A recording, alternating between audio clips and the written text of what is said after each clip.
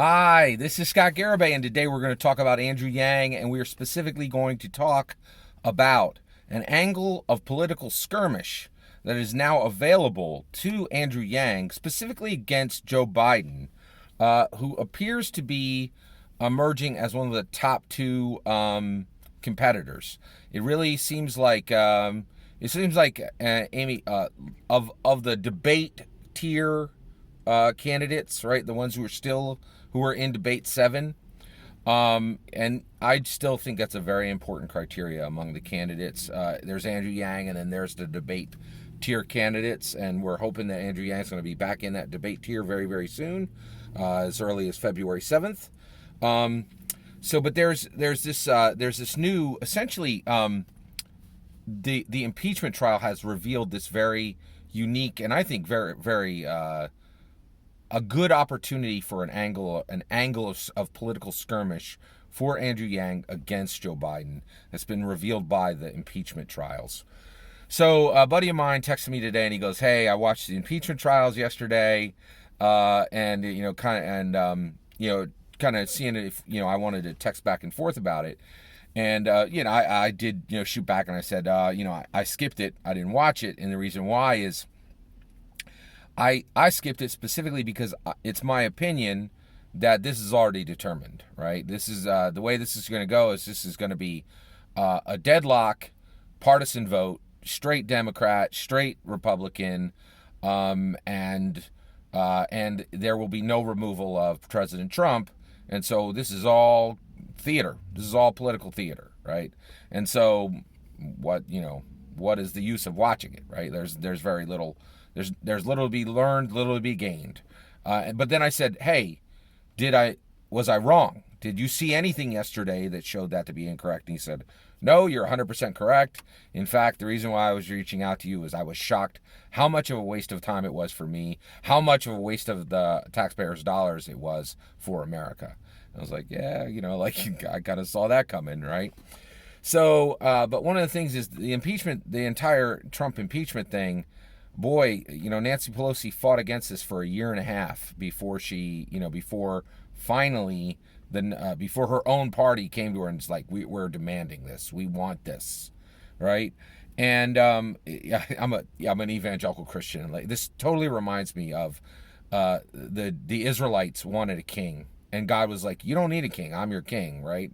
And they're like, we want a king, and he finally gave him Saul, right? Like, and it was this thing where, like, they wanted this thing so bad, and God was like, "This isn't a good idea. This ain't going to end the way you think it's going to end," right? And it turned out to be a mess, an absolute mess. And Saul was a huge problem. Saul had huge problems. David had huge problems. Solomon had huge problems. All the kings, just horrible, horrible problems they had, and problems for the Israelites as well. Like, this thing they wanted turned out to be an absolute nightmare. And that's exactly what's happening with the impeachment trials right now. And Nancy Pelosi, she knew it like a year and a half ago. For the longest time, she was telling people, like, "Do not ask me to do this. This will turn into 10 or 20 points for Trump. There's no way we're going to be successful in this. This is a bad idea." She was 100% right all the way through, right? And only when she was absolutely pushed to the point. And God did the same thing. The Israelites just kept asking and asking and asking. And finally he's like, "Well, I love you guys. Okay, here's the thing you want. This is going to turn out terrible for all of you, but here's your lollipop," right? Like, it's going to rot your teeth, right? Like, and it's exactly what's happening with the impeachment. It's incredible, right? So, but I'm paying attention to the impeachment, and I didn't watch the trial because it was just too much, right? So, but I'm paying attention to, like, the output, right, and making sure. So one of the things that I saw attached to this was Joe Biden he's paying attention too, because Joe Biden's right in the middle of this, right? He's right in the middle of this impeachment, right? And the reason why is he's in the middle of it because of Ukraine, right? So Trump is in trouble for what he did in Ukraine, and Joe Biden is not in trouble for what he did in Ukraine. And the reason why is Joe Biden took some actions in Ukraine, right? And then there's a whole bunch of back and forth and questions, and everybody came back, and here's what it came back with, right? The final analysis on what happened with Joe Biden attached to the impeachment with Joe Biden was he did not break the law, right? His son did not break the law, but he made some really, but the Biden family as a whole, there were some very bad choices connected to it, right? And that's not anybody saying that except Joe and Hunter. Both of them were like, yeah, these bad choices were made, right? Like, like, so they got like an approval as far as no laws broken, but bad choices were made, right? And that's rough for Joe because like you're trying to be president, right? Like didn't break the law isn't a great endorsement, right? Like that's not the bar you're shooting for, right? So here is the new political angle of skirmish that has been opened for Andrew Yang by the impeachment trials. And that is a video made by Joe Biden's campaign.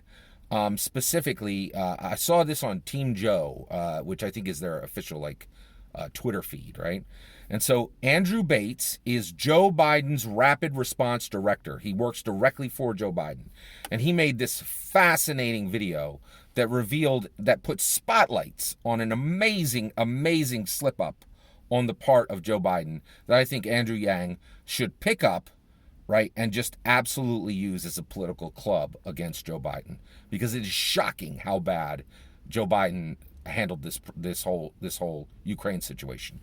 And it goes way beyond, it skips all the nonsense that's happening with Trump. The mistakes are before that, right? And they're right in Andrew Bates's words that Joe Biden's rapid response director is saying clear as day, right? Like it's amazing how clear Joe Biden's mistakes are in his own people's words, which is exactly what Bernie's been saying recently. He's saying, if you just listen to Joe Biden's own words, you will see that he is a bad leader, right? And I think the same thing. Andrew Bates, Joe Biden's rapid response director, if you listen closely to what he's saying, you're going to see that he has some shockingly bad, that Joe Biden has some shockingly bad leader choices, right? Shockingly bad. And it's just this gaping huge gap that Andrew Yang can run through and gain some yards, right? So let's get into it. All right. So Andrew Bates makes this video, right? And it's him, Andrew Bates, sitting in a bar, and he's like holding this mug of beer, and he says, I'm going to tell you what actually happened in Ukraine, right? Now, the reason he's doing this is because Trump has been incredibly effective of using the Ukraine incident, specifically the thing that Trump is being impeached for, right? To really drag Joe Biden in the mud with him, right? Now, what I'm talking about actually happens before that, right? Like, and so Andrew Bates talks about it too, right? So we'll get into that part, okay? So Andrew Bates sits there and he's got his mug, and the reason why he's sitting in a bar with a mug of beer is it's just you and me. We're in a bar. This is going to be straight talk. No BS, right? Like they actually bleep him, using a curse word, like a normal Joe, no pun intended there. All right. And so he starts talking in the video, and he goes and he explains the following, right? He explains the following. He says, in 2014, Russia invaded Ukraine. The U.S. allies decided to support Ukraine. Obama assigned Biden to lead the support effort for Ukraine. Viktor Shokin, who was the Attorney General for Ukraine, he had a different title in the Ukraine. It was Prosecutor General. But I'm going to refer to Viktor Shokin as the Attorney General of Ukraine going forward. He had a different title in Ukraine, but essentially he was the Attorney General. That's Andrew Bates' own words, right? But Viktor Shokin, he was a bad guy. And Joe Biden made sure that he got fired, right? And that's all Andrew Bates, okay? That's what he says, right? I'll read it to you one more time. 2014, Russia invades Ukraine. U.S. allies decide to support Ukraine. Obama assigns Biden to lead the support effort. Viktor Shokin, the Attorney General of Ukraine, is fired. Victory. Delivered by Biden. I'm like, wait, what? Wait, did you skip some steps there? Wait, what? Like, what the heck? I'm not kidding. This is literally what Andrew Bates says. Did you hear this? Right? 2014, Russia invades Ukraine, right? The U.S. and its allies decide to support Ukraine, right? Obama assigns Joe Biden to lead the support effort. Joe Biden decides that the best way to support Ukraine when it's invaded by Russia is to fire Ukraine's attorney general. What? What? How on earth is that supporting Ukraine? Like, in what way did that possibly support Ukraine? Right? What? It's nonsensical, right? It's absolute nonsense, right? And just so you're aware, right? Even just a month ago, 2 months ago, right?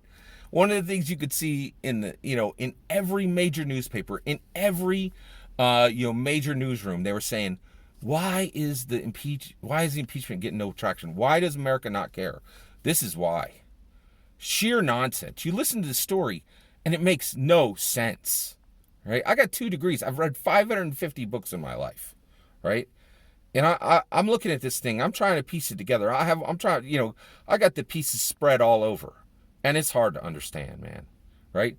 So you explain to me, okay? So just imagine you're Putin, right? You invade Ukraine. Right? And Obama says, "Oh, I'm kind of new to this game, but Joe, you've had lots of experience with foreign policy." Should be international policy, but every newsroom in the world is saying foreign policy right now. He says, "You have lots of international policy experience. Joe, what should we do here?" And Joe Biden's like, "Oh yeah, Russia invaded Ukraine. We should fire Ukraine's attorney general." And Putin's like, "Oh my goodness, Kremlin, oh my goodness, all my Russian buddies. Boy, he really taught us a lesson.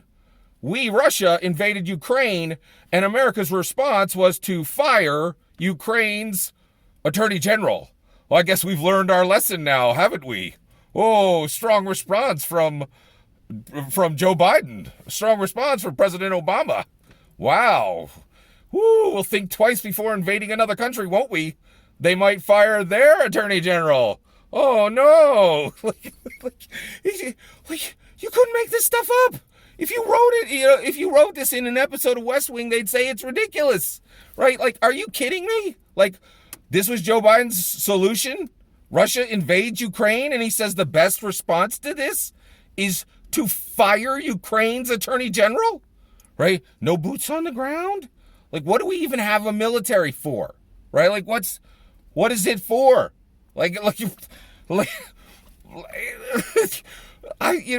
I'm like, it's hard to even understand what happened here, right? But I'll tell you this is a gap. This is a gap, right? This is utter nonsense. This is foolishness, right? If you look at this, one thing you can tell is this wasn't a good response, right? And one thing I think it did, right, and I think Andrew Yang can think about this too, and he might want to bring it up, right, is, when Russia invaded Ukraine, and America was like, "Oh my goodness, Russia invaded Ukraine." And Joe Biden was like, "I'm giving you my wisdom, Obama. We should immediately fire Ukraine's attorney general." Right? And then a year and a half later, Putin's guys come to him, right? Hypothetically, and they go, "Hey, we want to meddle in the U.S. election." Right? What was his thought? "Oh, well, we better not do that. Oh my goodness, they might do something as harsh as fire some other nation's attorney general." He might have went, "Nah, yeah, that's fine. Go right ahead. You're fine. That's fine." It's really questionable whether Joe Biden invited what happened in 2016 by the absolutely massive weak response to the Russian invasion of Ukraine, right? So you don't need to go to any questions about Hunter Biden. You don't need to go to any questions about Burisma, right? You just need to look at what Joe Biden did, right? Russia invades Ukraine, and Joe Biden informs Obama with his great experience that the best response to that is to fire Ukraine's attorney general. It's utterly absurd. It's ridiculously weak, and it shows completely that he has no idea what a military is for or how to use it, right? And it also opens up another huge area of conversation for Andrew Yang, right? And I really think, and here's the issue. I really think Andrew Yang needs to get in his room with he has a lot of political consultants at this point, right? In my opinion, I would pick this up and just say frankly, look, everybody, in 2014, Russia invaded Ukraine. Joe Biden's response was to fire Ukraine's attorney general. That is a clear non sequitur, and it absolutely projected weakness and confusion to Russia. And when Russia decided later to move forward with more aggression toward more nations in different ways, not just invasion, we think that Joe Biden's very, very weak response in 2014 may have laid the ground for Russia to continue to give other countries trouble, right? And that if this is the kind of leadership you want, this is what you were getting in 2014. You think he got any better since then in the 7 years? You think he's going to have any more wisdom now? It's unlikely. It is highly unlikely. In fact, Joe Biden didn't want this job in 2016, right?